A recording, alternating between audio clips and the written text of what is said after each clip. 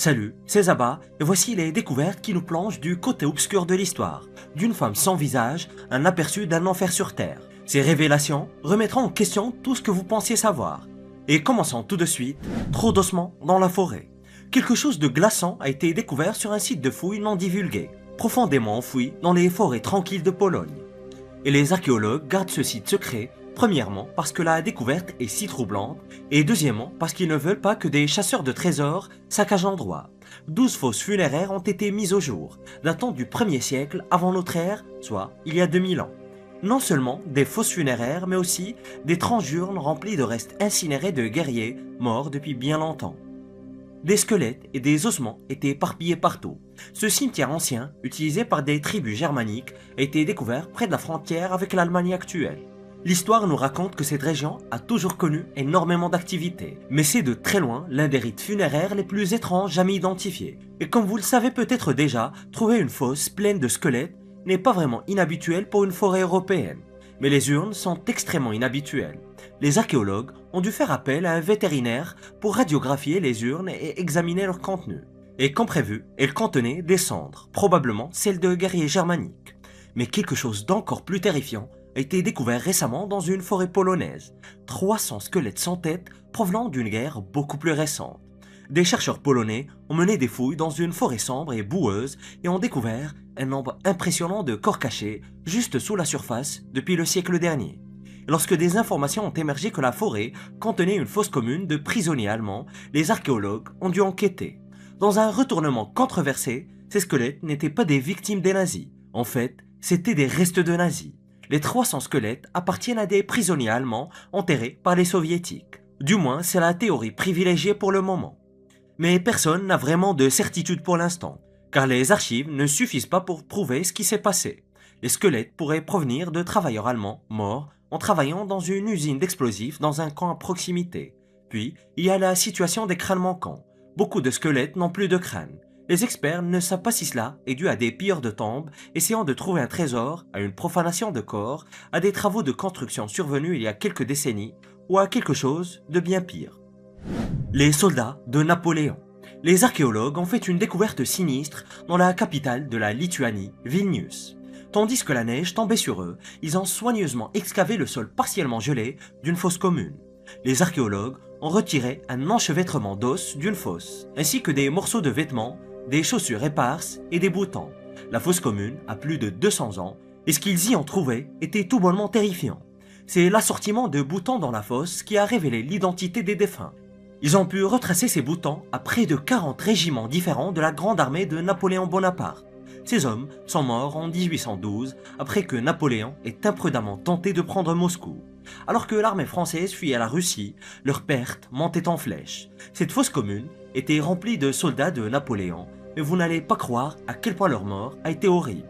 Comme vous le savez peut-être déjà, Napoléon avait décidé d'envahir la Russie pour plusieurs raisons. La Russie avait élevé le blocus continental imposé par Napoléon contre le Royaume-Uni, mais il voulait aussi affaiblir la Russie et continuer à étendre son empire. Cela lui semblait une bonne idée et plutôt réalisable. Napoléon a alors renvoyé pas moins de 675 000 hommes en Russie pour écraser le tsar, ce qui lui semblait largement suffisant. Et presque aucun n'est revenu.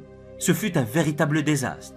L'armée de Napoléon n'était pas seulement composée de Français, mais aussi d'Allemands, d'Espagnols, d'Italiens, de Lituaniens et de Polonais. Et alors qu'il poussait son armée de plus en plus loin en Russie et que le tsar refusait de se rendre, les hommes ont été confrontés à un problème majeur. Il manquait de nourriture. Napoléon n'avait pas prévu que le tsar adopterait une politique de terre brûlée, détruisant tout ce qui pourrait être utile à l'ennemi. Toutes les récoltes et les villes ont été brûlées ou détruites. Les troupes n'avaient nulle part où trouver de la nourriture ou un abri, et l'hiver arrivait pour de bon. Et sur les 675 000 hommes partis à l'origine, seuls 41 000 soldats étaient encore en vie lorsque Napoléon avait atteint Smolensk. Et vous pourriez peut-être penser qu'il est impossible que l'armée française ait subi autant de pertes. Mais c'est bel et bien ce qui s'est passé. Entre le début de l'invasion et la retraite, Napoléon avait perdu près de 500 000 soldats, dont 300 000 à cause des maladies, du froid et de la famine. Napoléon s'est enfui vers l'ouest avec ses quelques troupes survivantes. Ils ont traversé la rivière Bérésina et sont arrivés à Vilnius où ils n'ont rien trouvé à manger. environ 20 000 soldats sont morts dans la ville, victimes de typhus, d'hypothermie et de famine. Et pour se débarrasser des cadavres, ils ont été jetés dans des fosses communes. C'est l'une de ces fosses qui a été découverte dans la banlieue de Vilnius, forçant tout le monde à se rappeler à quel point les choses ont été horribles à l'époque. La fosse contenait les corps de 3269 personnes et la bioarchéologue Rimonta Sienkauskas les a tous excavés en moins d'un mois. Et d'après les ossements, il s'agissait principalement d'hommes, mais pas uniquement. Les archéologues ont identifié environ 2 douzaines de femmes, bien que leur rôle soit incertain. Peut-être étaient-elles infirmières, compagnes, cuisinières ou membres de famille. Et pour mieux comprendre la situation, des chercheurs de l'Université de Floride centrale ont effectué une analyse des isotopes d'oxygène. Je ne veux pas vous ennuyer avec tous les détails scientifiques, mais c'est très intéressant. En examinant les isotopes d'oxygène contenus dans les restes, les chercheurs ont pu déterminer d'où provenaient ces individus. Les isotopes d'oxygène varient en fonction de l'endroit où vous vivez, selon des facteurs comme l'humidité, la proximité de l'océan et l'altitude. Et en mesurant ces isotopes dans des ossements humains, les scientifiques peuvent déterminer exactement où une personne est née. La science est fascinante, non? L'étude a révélé qu'aucun des défunts n'était originaire de Vilnius. Ils venaient tous d'Europe centrale, une femme testée provenait du sud de la France. Les isotopes ont également montré que les défunts souffraient de stades avancés de famine. Mais c'était pire que cela. Ils souffraient de très graves carences alimentaires, de caries dentaires très sévères, des signes de stress intense et le typhus. Le faucon sans tête. Pourquoi plus d'une douzaine de faucons sans tête ont-ils été découverts dans un sanctuaire en Égypte? Mais qu'est-ce que les Égyptiens manigançaient à cette époque? Il y a quelques années, dans l'ancien port de Bérénice, des archéologues découvrirent un sanctuaire fascinant et mystérieux dédié aux faucons datant de 1700 ans.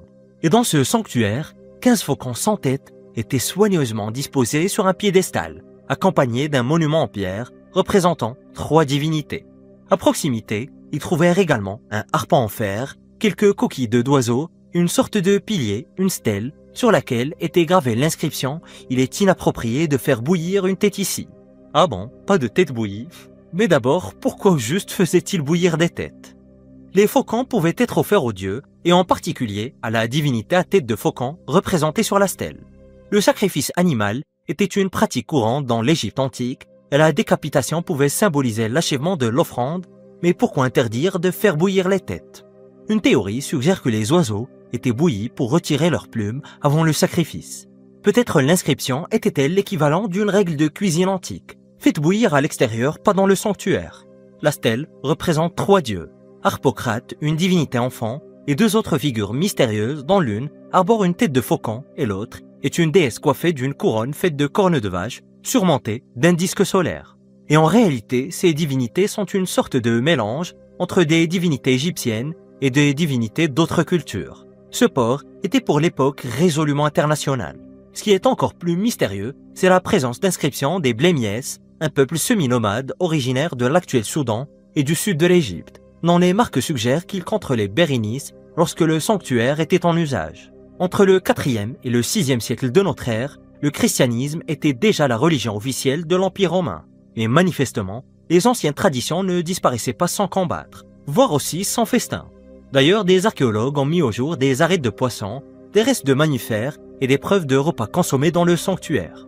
Le lieu était-il donc un espace sacré pour les offrandes, où les rituels incluaient des banquets cérémoniels? Peut-être les deux, un lieu où les dieux étaient honorés et où les gens se rassemblaient pour manger, adorer et préserver d'anciennes traditions. Et des experts tels que Salima Ikram considèrent ces découvertes comme un coup de chance très rare. Trouver des artefacts et des restes si bien conservés offre une fenêtre sur le mélange complexe de croyances et de rites pratiqués à Bérénice, notamment à l'époque de la diffusion du christianisme. Ma question est la suivante. Faisait-il bouillir puis manger des têtes de faucon dans l'Égypte antique? Et si oui, avait-elle le goût du poulet? La pierre du labyrinthe d'Hémet. Qui aurait cru qu'un simple rocher pouvait être si intéressant? Dans les collines juste à l'ouest d'Hémet, en Californie, se trouve un rocher orné d'un ancien motif connu sous le nom de Hemet Maidstone ou bien pierre du labyrinthe d'Hémet. Ce pétroglyphe mystérieux soulève toutes sortes de questions et les théories expliquant ce rocher vont d'artistes amérindiens anciens, un peuple légendaire désormais disparu et à d'autres théories bien plus perchées. Mais la vérité est que personne ne sait vraiment grand-chose à son sujet. La pierre elle-même est une sculpture d'environ 117 cm² représentant un motif labyrinthique complexe formé d'un enchevêtrement de svastikas, tous soigneusement enfermés dans un cadre, tandis qu'un plus petit svastika, ajouté par des vandales dans les années 1930, subsiste encore, et le dessin original demeure intact. Mais alors, qui l'a façonné et pourquoi? En 1914, un rancheur nommé Myers découvrit la pierre alors qu'il transportait du bois dans le Reinhardt Canyon.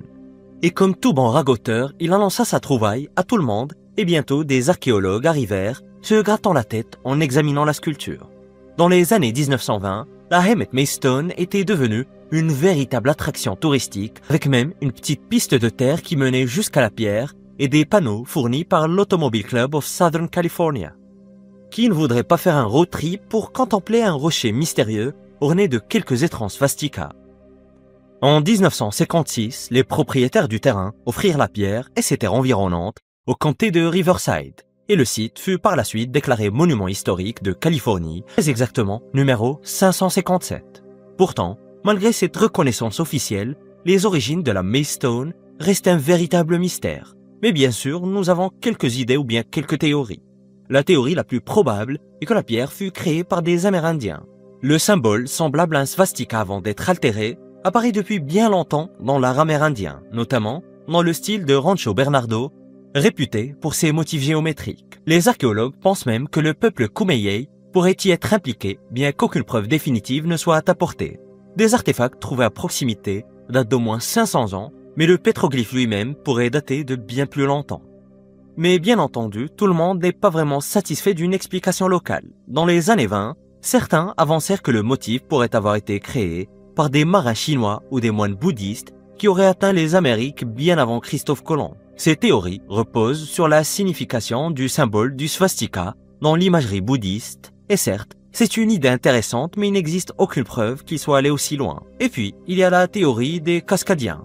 Au début des années 1900, un explorateur excentrique, le capitaine Alan Le Baron, expliqua qu'une civilisation perdue, qu'il appela les Cascadiens et originaire du Nevada, avait créé la Maystone. Il associa le pétroglyphe à une histoire fantastique impliquant d'anciens Égyptiens et des hiéroglyphes chinois dans le Nevada. Cependant, les historiens ont pour la plupart qualifié ces théories de fiction. Mais qui sait, peut-être que Le Baron tenait quelque chose.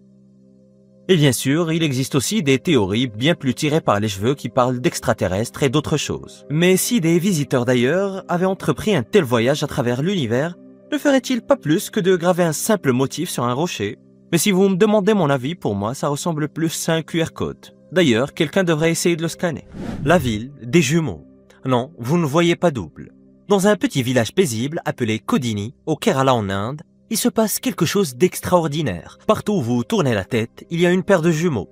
En fait, ce village détient l'un des taux de jumeaux les plus élevés au monde, avec plus de 400 paires de jumeaux pour un village de 2000 familles.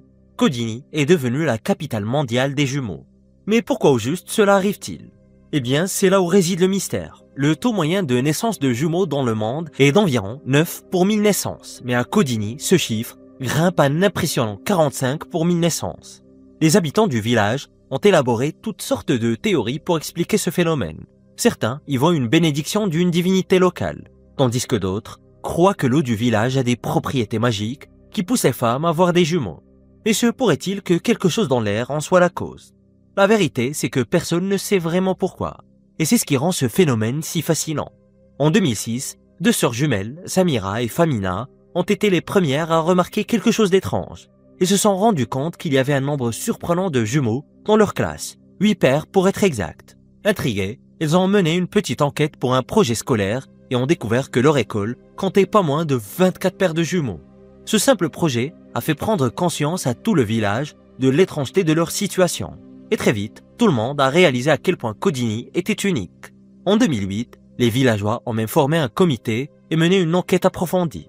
Ils ont découvert qu'à l'époque, il y avait 280 paires de jumeaux, un chiffre qui n'a cessé d'augmenter depuis. C'est complètement dingue. Le village a même installé un panneau à son entrée avec l'inscription « Bienvenue dans le village des jumeaux de Dieu, Kodini ». Ce phénomène étrange n'a pas seulement attiré l'attention des habitants.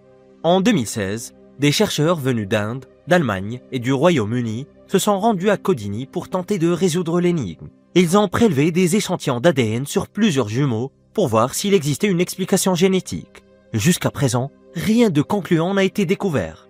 Certains pensent que le phénomène pourrait être héréditaire, tandis que d'autres continuent à croire au pouvoir mystique du village. La science n'a pas encore toutes les réponses, mais qui sait ce que l'avenir nous réserve? Mais qu'en pensez-vous? Y a-t-il vraiment de la magie dans l'eau, ou se passe-t-il quelque chose d'autre? Les lumières mortelles du Bengale. Si un jour vous vous aventurez dans les marais brumeux du Bengale occidental, méfiez-vous.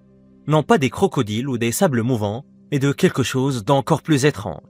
Les habitants murmurent l'existence de mystérieuses lumières qui dansent au-dessus des marécages, attirant les voyageurs vers un terrible destin. Ces orbes vacillants, connus sous le nom d'aléas ou lumières fantômes des marais, auraient une intention sinistre. Ils attireraient les pêcheurs et les voyageurs vers des eaux profondes où ils finiraient par se perdre. Mais quelle est l'origine de ces lumières, si elles existent vraiment, ou bien l'origine du mythe derrière ces lumières? Écoutez cette histoire et dites-moi ce que vous en pensez dans les commentaires. L'une des légendes les plus célèbres raconte l'histoire d'un roi nommé Srutonjaya et de son fils Aléa. Il y a bien longtemps, dans un royaume s'étendant du Bengale à la Birmanie, Aléa était destiné à régner. Mais un jour, lors d'une chasse en forêt, Aléa tira par erreur sur une tigresse et son petit. Blessée mais déterminée, la tigresse s'enfuit dans les marécages avec son petit, mais ce dernier se noya. Des mois plus tard, Aléa retourna chasser au même endroit. Et curieusement, il tomba dans le même marécage et ne reparut jamais. Les habitants croient que les lumières Aléa sont les esprits de la tigresse et de son petit. Et ils cherchaient apparemment à se venger de ceux qui oseraient blesser d'autres tigres dans la région. Selon eux, ces orbes lumineux ne sont pas de simples lumières, mais des esprits vengeurs, prêts à guider des voyageurs vers une mort certaine. Cependant, toutes ces lumières fantômes ne seraient pas maléfiques. Certains pêcheurs bengalis affirment qu'il s'agit en réalité des âmes de pêcheurs décédés. Certaines de ces lumières seraient bienveillantes et guideraient les bateaux en sécurité vers le rivage. D'autres, en revanche, pourraient vous entraîner droit vers votre perte. Une vraie roulette russe des lumières. Mais ce phénomène ne se limite pas au Bengale occidental. Dans la région du Rann de Kutch, au Gujarat, des lumières similaires appelées Chirbati, qui signifient lumière fantôme, ont été aperçues flottant au-dessus des marécages. Elles apparaissent depuis des siècles et personne ne sait vraiment ce qu'elles sont. En 1776, le scientifique Alessandro Volta a suggéré que ces lumières fantômes pourraient être causées par des gaz marécageux, notamment le méthane, réagissant avec l'air. Selon lui, ce mélange créerait une réaction chimique naturelle, produisant ces curieuses lueurs. Une explication donc logique, non? Eh bien peut-être. Mais tout le monde n'est pas convaincu. En effet, certaines personnes affirment que ces lumières semblent les suivre, comme si elles avaient une conscience propre. Plus récemment, des scientifiques ont avancé d'autres hypothèses. Ils pensent que ces lumières pourraient être causées par des phénomènes électriques ou magnétiques dus à la topographie unique de la région. Mais même avec toutes ces explications rationnelles, le mystère persiste.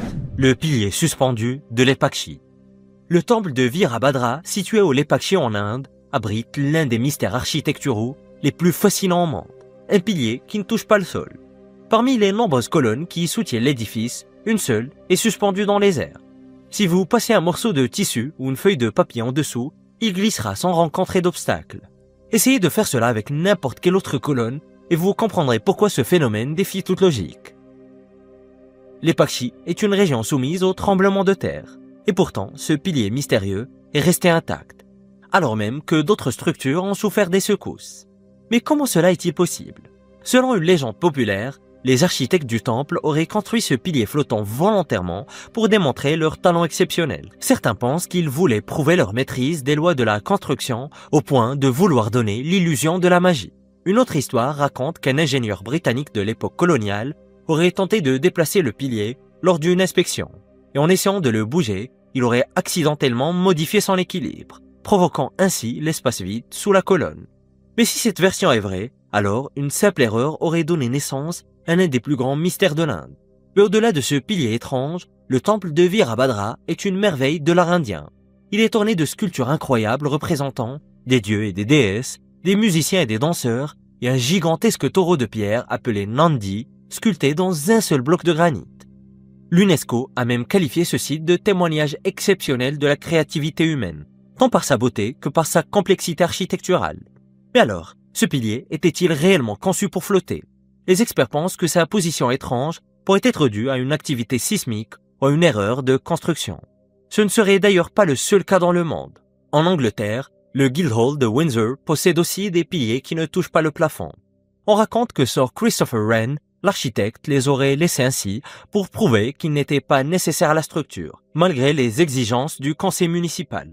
Quand les architectes veulent être mesquins, c'est ce qu'ils font. Mais même si le pilier suspendu du temple n'était pas censé défier la gravité, il continue d'intriguer les visiteurs du monde entier. Pourquoi reste-t-il intact après des siècles? Pourquoi aucun tremblement de terre ne l'a fait tomber? Et surtout, comment les bâtisseurs de l'époque ont-ils réussi cet exploit? Et ces têtes flottantes dans ce tableau célèbre cachent un secret sanglant. Découvre-le ainsi que les plus grands mystères qui se cachent dans des œuvres d'art célèbres en cliquant sur cette vidéo.